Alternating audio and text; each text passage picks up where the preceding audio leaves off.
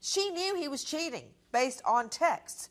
And he was always kind of clumsy and awkward meeting people. He had been on these chat lines forever. He seemed to do a lot better just chatting as opposed to meeting in person. Absolutely. You know, we spoke to some people who knew him back in college, and they just said he was socially awkward. He felt more comfortable behind a computer screen, and he had a lot of game when it came to the ladies on the computer, but not as much. What do you mean by that? He had a lot of game when it came to ladies on computer. He Let knew me what see to Steve say. Helling, please.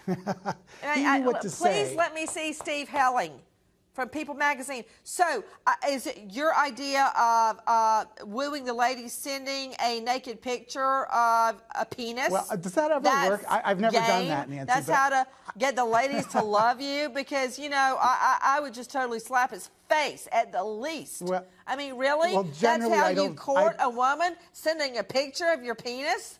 When you saw what was happening, what was the first thing you observed? The first thing after noticing that the body that was laying on the hot pavement was in fact a 2-year-old toddler, I was about 4 or 5 feet away from him, of course that being Cooper, and then Mr. Ross, I was about 3 feet away from him, and he was hysterical. He was crying out. He was screaming. He was hollering, "My son, oh my God, my son is dead, oh my God." It just seemed very real, very organic. Yes, I noticed. That was the phraseology you used on the stand. I want to get back to the child. You stated you were 4 or 5 feet away from baby Cooper. What did you observe about him? Well, honestly, Nancy, he looked clean. I saw no bruises. I saw no abrasions. His hair wasn't pulled back. It wasn't wet. He laying on his back or his stomach? He was laying on his back. Okay, because the abrasions mostly are on the back of the head, where we believe he was banging up against his car seat trying to get out. So was he pale? No, he looked normal. He just was lifeless. I don't have to have an MD to know that the car seat's too tight. I remember when the twins' car seat was too tight. I could hardly buckle it anymore. I let it out all the way. It was too tight. He did it on this. He knew it was too tight on the child. We don't know, Nancy. He goes all the way to Home Depot to get light bulbs, but he can't go get a car seat that fits. Ding, ding. Hello? He dragged his friends to Home Depot to get light bulbs, but he couldn't get a new car seat. What is your analysis and your reaction to the facts as they are now emerging? Well, obviously, like everyone else, I'm disturbed, blown away, and upset by it all. I mean, you know, to have a baby pass in that manner is, you know, unthinkable. And then, you know, I'm sure I was as shocked as everyone else that had come to support Ross in court that day at his bond hearing, when the detective started testifying about the sexting and all that had gone on, and the fact that it had gone on while Cooper was in the car. You know, it's just unconscionable, really. Now, when you first learned that baby Cooper was dead, what was your immediate reaction? I wanted to throw up. I just, you know, that was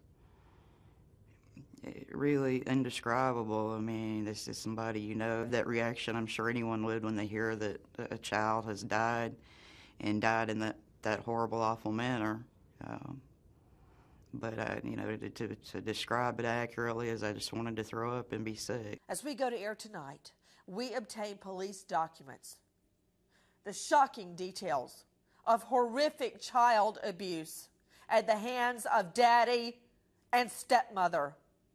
We want justice for this little boy. I had no idea when I came across the article of the dad looking for his son door to door that this would open up a can of worms that would result in proving not a father desperate to find his child, but a father who allegedly abuses his child along with the stepmother in a horrific manner.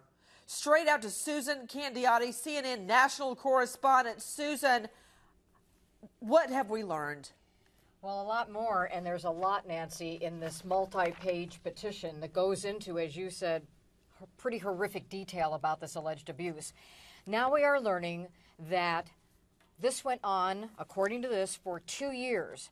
Charlie tells authorities that's how long he was abused, hit with a PVC pipe repeatedly, at times too sore to walk or even to sit down. And that day after day, 7 days a week, he had to get up at 5 o'clock in the morning, he told authorities, and do these incredible workouts that included 100 push-ups, 200 sit-ups, 100 jumping jacks,